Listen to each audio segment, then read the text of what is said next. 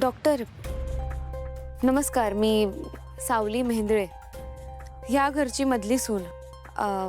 माफ करा, मला एक शंका होती. मला तुम्हाला काहीतरी विचारायचं होतं. तुम्हाला काय अडचण आहे? तुमची तब्येत बरी नाही का? नाही नाही, मी ठीक आहे. मला तुमच्या आणि तिलोत्तमा मॅडमच्या ओळखीबद्दल विचारायचं होतं. काय विचारताय? विचारा. तुम्ही तिलोत्तमा मॅडमना कधीपासून ओळखता?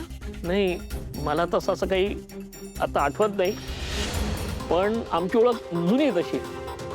बरं, म्हणजे अधेमध्ये भेट होत असते का तुमची? नाही नाही, असं सारखं नाही, कधीतरी. तरी तुमच्या लक्षात आहेत त्या? अहो, त्या रूपम कॉस्मेटिकच्या मालकीण आहेत, फेमस आहेत आणि लक्षात राहण्यासारखं व्यक्तिमत्व आहे त्यांचं.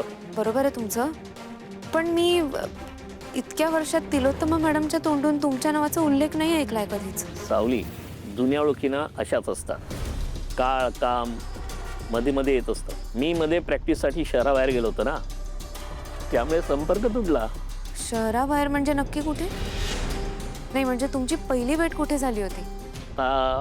ओळख तशी जुनी आहे, म्हणजे किती वर्ष झाले ते सांगता येणार नाही. पण भैरवी मॅडम माझ्याकडं ट्रीटमेंटसाठी आल्या होत्या. त्या मला म्हणाल्या की सुनबाई प्रेग्नंट आहे. म्हटलं त्या निमित्ताने आपली भेट होईल. हरी सारंग, हे डॉक्टर साखरे, आईंची आणि यांची खूप जुनी ओळख आहे. नमस्कार, बरं वाटलं तुम्हाला भेटून. सारंग सर, वहिनींची ट्रीटमेंट हेच करणार आहेत आणि हे तिलोत्तमा मॅडमना खूप आधीपासून ओळखतात. अच्छा, मध्ये आपला काही संपर्क नव्हता ना, त्यामुळे ओळखीचा प्रश्न येत नाही. आणि आता तुमचा हक्काचा डॉक्टर तुमच्या सेवेत रुजू झालाय ना.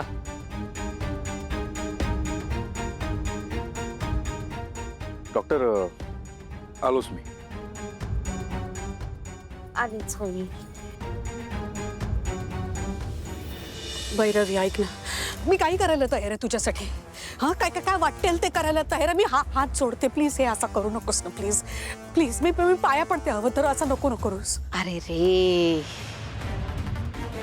बिचारी तिलोत्तमा, म्हणजे तिलोत्तमा मेहेंदळे, एवढी ताठ मानेने जगणारी, मानाने जगणारी, माझात जगणारी बाई तू, आणि आज अशी भिकाऱ्यासारखी माझ्या समोर भीक मागतेस.